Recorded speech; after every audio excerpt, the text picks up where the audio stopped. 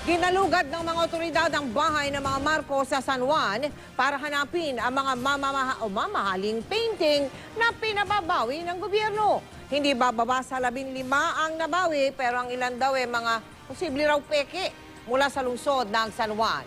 Nakatutok live si John Consulta. John! Mel, inabot ng 7 oras ang NBI, ang Office of the Solicitor General at PCGG para sa kanilang isinagawang search dito nga sa loob ng Marcos Ancestral Home sa loob ng kanilang bahay sa San Juan City. Ito para mahanap ang ilang mga mamahaling paintings na pininiwalang bahagi ng nakaw na yaman. Bitbit ang kopya ng Writ of Attachment na ipinalabas ng Sandigan Bayan.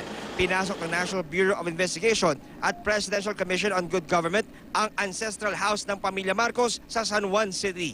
Sa kwartong ito, tumambad ang napakaraming artworks at ribulto na bahagi ng Marcos Collection. Dito na rin nakita ang iba't ibang paintings na hinahanap ng Sandigan Bayan. Kabilang ang painting na ito ni Michelangelo Buonarroti na Madonna and Child. Masusing sinuri ng mga eksperto at asesor ang mga artwork para matukoy kung ano ang kondisyon ng mga obra na ang ilan nagkakahalaga ng milyong-milyong piso dahil gawa ang mga ito ng mga pamosong pintor tulad nina Michelangelo Buonarroti at Picasso. Hindi bababa sa 15 paintings ang nabawi ng NBI at PCGG sa ancestral home na to ng mga Marcoses dito sa San Juan City. Pero dudang NBI kung ang ilan sa kanila ay mga original pa dahil meron daw mga indikasyon na ito'y mga kopya na lamang. Kasi mayroon kaming paintings na nakita na isang klase ng paintings pero tatlong sila. Hindi namin alam kung alin doon ang genuine or replica. So may magkakamukha siya? Isa. Yung mother and child. Sigurado, kung may isang totoo, may dalawang kopya. Or lahat kopya. Or lahat kopya. Hindi natin sir. Sila lang ang yung mga expert lang. 3 pang lugar ang pinuntahan ng mga otoridad, kabilang ang iba pang bahay at kondominium ng mga Marcoses pero nagnegatibo. Ilan pa sa mga painting na babawian ng gobyerno ang Femme Couche, The Sixth, Reclining Woman the Sixth by Pablo Picasso. Portrait of the Marquesa de Santa Cruz by Francisco de Goya. Still Life with Idol by Paul Gauguin. La Benade au Grand Temps by Pierre Bonnard. Vase of Chrysanthemums by Bernard Buffet.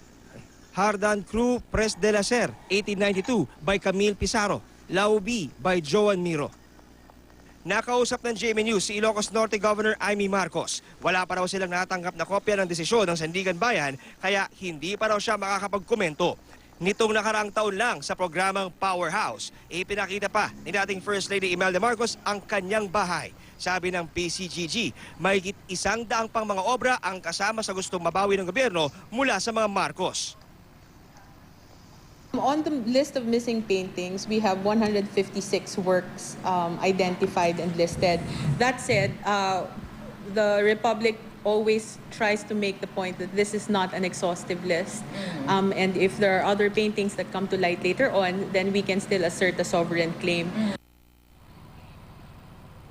Mel, sa Bangko Sentral ng Pilipinas, idiniretso ng NBI ang mga paintings. Ito'y para na rin sa safekeeping ng mga mamahaling artworks na pinaniniwalang bahagi daw ng Marcos ill-gotten wealth. Mel.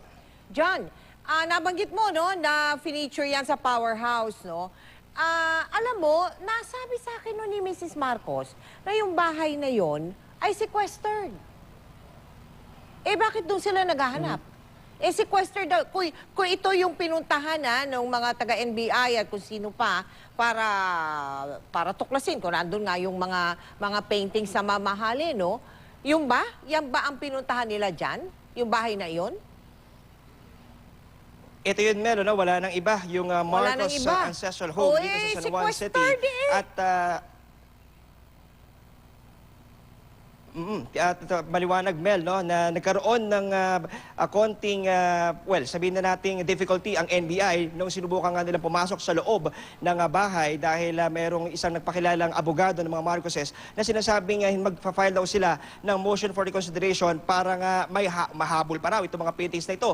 At maliwanag, Mel, nung tayo nakapasok sa loob ay walang ibang personalidad na nasa loob kung hindi ang mga katiwala ng mga Marcoses, Mel. Ay hindi, pinaliwanag din ni Mrs. Marcos yun Dahil nga pinabayaan na nga daw ng PCGG yung bahay, nakiusap daw sila kung pwede, aalagaan lang nila dahil sentimental sa kanila. nababanggit ko lang dyan, kasi alam ko sinabi ni Mrs. Marcos sa akin yun Pero siguro magandang alamin mo rin dyan, kung totoo nga na sequestered yung bahay na yon.